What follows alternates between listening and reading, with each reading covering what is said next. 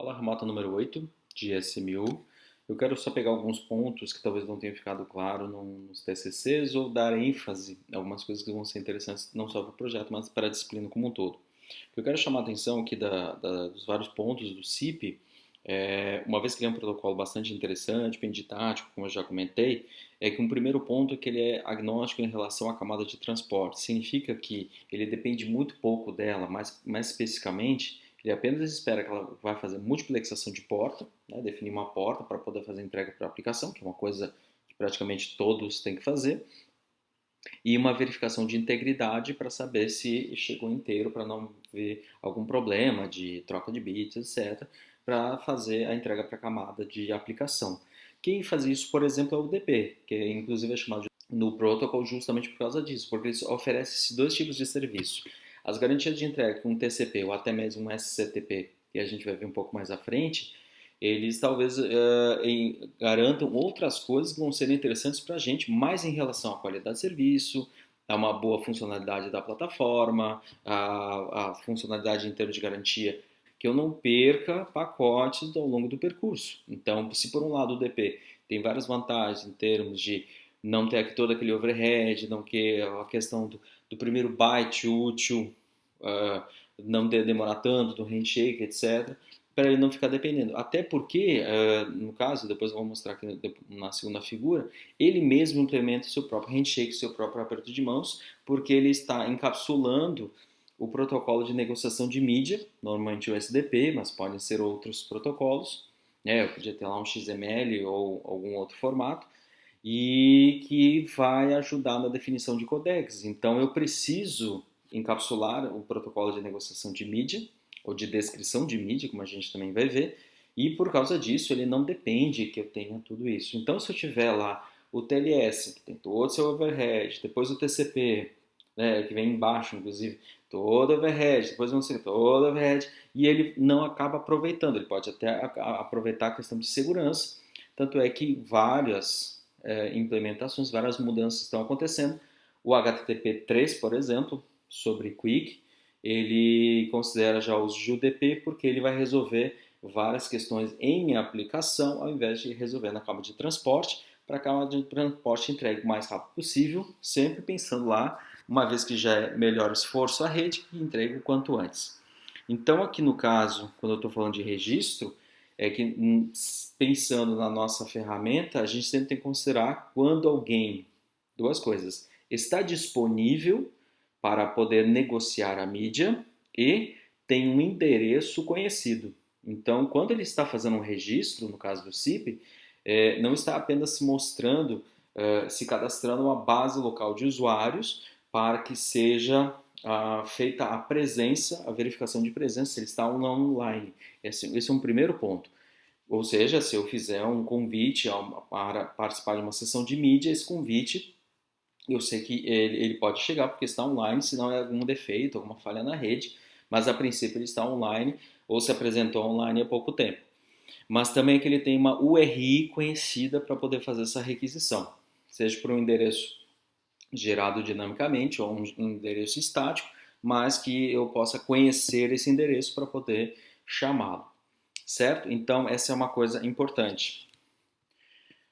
Uma vez que, aqui no caso da lista do Boris, mas eu posso de A disparar uma chamada telefônica ou um convite para participar de uma sessão de mídia, A pode convidar B ou B pode convidar A. Então, uma coisa muito importante, vou até anotar aqui em relação ao CIP, é que ele é, ao invés de ser um modelo tradicional cliente-servidor, ele é um modelo de agentes, onde os agentes ora são clientes, ora são servidores. São clientes quando eles iniciam uma requisição, ou seja, eles disparam uma requisição, esperam nesta transação ter uma resposta, ou eles podem já estar com o socket de servidor aberto, já uma porta aberta para esperar alguma requisição externa. Então, toda vez que eles iniciam, uma vez que eles se registram, eles já ficam com essas portas abertas, DP, TCP, como eu falei, ele é agnóstico, mas normalmente o DP, por uma tradição, é para poder receber isso. E aí ele faz o handshake e ele pode, inclusive, uma vez que ele tem um endereço conhecido, a URI, um endereço conhecido, e eu já sei se ele responde ou não às requisições, e eu posso, a partir de qualquer momento, em qualquer ponto ali da chamada ou da sessão de mídia, de A enviar mensagens para B e B enviar mensagens para A. Então eles se comportam como agentes, porque às vezes o A dispara uma mensagem para B, mas depois de um certo tempo o B pode requisitar, por exemplo, para A, quais são as funcionalidades, quais são os métodos possíveis. No caso do SIP, se ele sabe determinado método, por exemplo, um SIP Message, que tem outro RFC, se ele consegue responder esse formato ou não. Daí ele manda um SIP Options, né, uma requisição, se ele tem suporte a esse tipo de método, e aí eles respondem. Nessa transação, o B se comporta como cliente perguntando alguma coisa para A, que se comporta como servidor. Então isso está fora daquela sessão de mídia, né? É uma outra operação, e aí o agente, neste caso, ele se comporta como cliente. Isso, quando a gente transpõe para o mundo HTTP, que a gente vai ter ali uma incompatibilidade, porque o HTTP ele é fundamentalmente cliente-servidor. Alguém, o navegador é um cliente e o servidor sempre vai ser um servidor. Embora, originalmente, se a gente voltar lá para as especificações do Berners-Lee, lá nos anos 80, porque ele começou em 84, foi formulando 86 até terminar em 89, para depois implementar até chegar em 91, lá no começo ele queria que fosse agente. Ele até não usa o termo agente, mas ele queria que qualquer um pudesse enviar uma solicitação ou receber uma solicitação. Então, na verdade, o meu navegador ia ser também um servidor web.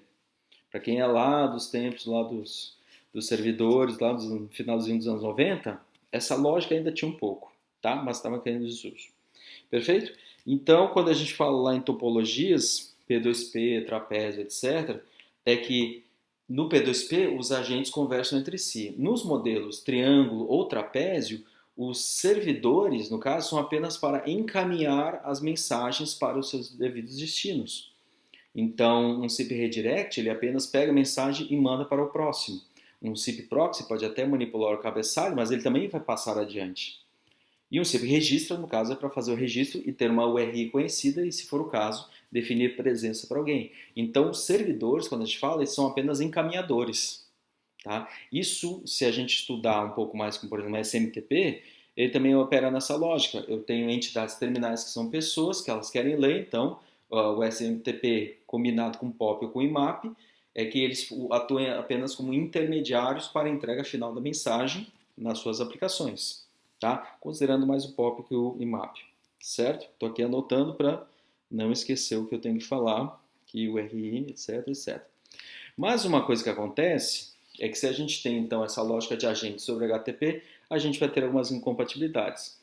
E ao longo do tempo apareceram várias opções. Uma delas foi o BOSH, onde abria uma requisição e deixava uma porta aberta e ficava mandando uns keep alive. Era uma solução, mas o que veio depois e acabou ajudando muito foi o WebSocket. O WebSocket abre um canal de streaming, e quando eu falo de streaming aqui pode ser texto ou binário, e aí eu posso resolver. Então eu não preciso do BOSH, eu não preciso resolver uma coisa que se fazia também, mas não era, não vou dizer nem elegante, mas era muito custoso em termos de rede. Eu ficava fazendo várias requisições, fazer um polling, então fazer requisições HTTP GET, e quando tiver alguma coisa para enviar, ele vai fazer um post. Então ele fica o tempo todo perguntando para o servidor se tem alguma informação nova, então ele sempre fica enviando GETs regulares a cada segundo, a cada 2 segundos, e se houver alguma coisa ele envia, né, simulando uma bidirecionalidade. SSE, né, que é Event Source, também tem, mas tem uma requisição, ele abre um canal num GET, mas ele fica o tempo todo também enviando. Já no caso do WebSocket, se abre um canal bidirecional onde eles podem sim fazer essa transmissão. Então, o HTTP permite a negociação, ele dispara uma resposta 101, onde eles negociam um WebSocket e aí eles têm um canal para fazer essa transmissão. E aí sim eu consigo lá em cima poder fazer isso. Infelizmente, a gente tem que hoje falar de HTTP 2 ou HTTP 1, né, no caso ainda que a gente está trabalhando. Eu tenho que falar em TCP, então tem overhead para toda negociação, eu tenho TLS, eu tenho HTTP, depois tenho que negociar o WebSocket e depois eu tenho que negociar o SIP, ou um outro protocolo de sinalização. Então todo esse empilhamento tem muito custo, que é uma coisa, inclusive, nesse livro que ele comenta sobre isso. para esmiuçar melhor, para quem tiver interesse, RFC 7118, onde ele fala justamente sobre isso. Então, como ele é pequeno, não é extenso, né? Aqui, ó, ele só fala algumas coisas. Então, para quem quiser dar uma olhada, o que é uma definição do protocolo. Então, recomendação, isso aqui não é obrigatório, tá? Mas é recomendado. Aqui é a seção 2 de terminologia, para ele explicar o handshake, etc. O WebSocket como um canal de transporte para o SIP e algumas coisas de Keep Alive que é interessante porque o WebSocket permite Keep Alive, o TCP permite Keep Alive, alguma coisa no TLS, alguma coisa no HTTP. Então, o Keep Alive, inclusive, ele pode ter mais do que o necessário e em algum lugar é preciso criar um mecanismo, mas todos prevêem e alguns não usam. Inclusive o HTTP não tem mais colocado por padrão, por alguns servidores, justamente para não ter essa sobrecarga.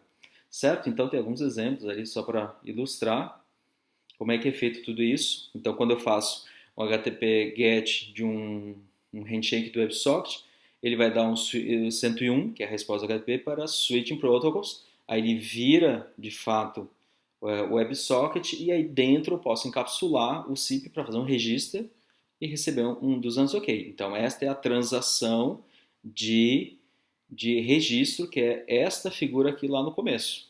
Só que aqui no caso, claro, ele está tentando se registrar de uma forma não autenticada, ele vai receber um 401, né, não autorizado, mas ele não conseguiu autenticar, depois ele manda um registro com um login, mas aqui ele já fez de uma forma um pouco mais simplificada, que ele já manda o registro completo e já recebe nos seus OK. Perfeito? Então, hoje o que eu queria explicar mais era justamente esses pontos e terminar com essa leitura simpática de mais uma RFC, mas essa que eu peço que vocês olhem com bastante carinho, porque ela vai ajudar a entender como é que a gente processa essa parte da sinalização, onde a gente tem muitos empilhamentos, mas a gente se vê obrigado, uma vez que a gente está ali com o TCP, que vai dar garantia de entrega. Então, esse é o serviço que ele vai prover. Depois eu preciso do TLS para garantir criptografia, garantir segurança, que seria equivalente à camada de apresentação lá no OSI. Depois eu preciso do HTTP, que é um protocolo muito conhecido, muito popular, muito fácil e dificilmente alguém vai barrar o protocolo. E depois tem que colocar o WebSocket e lá em cima a gente tem que botar o SIP e aí o SIP processa naturalmente uma vez que ele vai se aproveitar do WebSocket. Perfeito? É isso.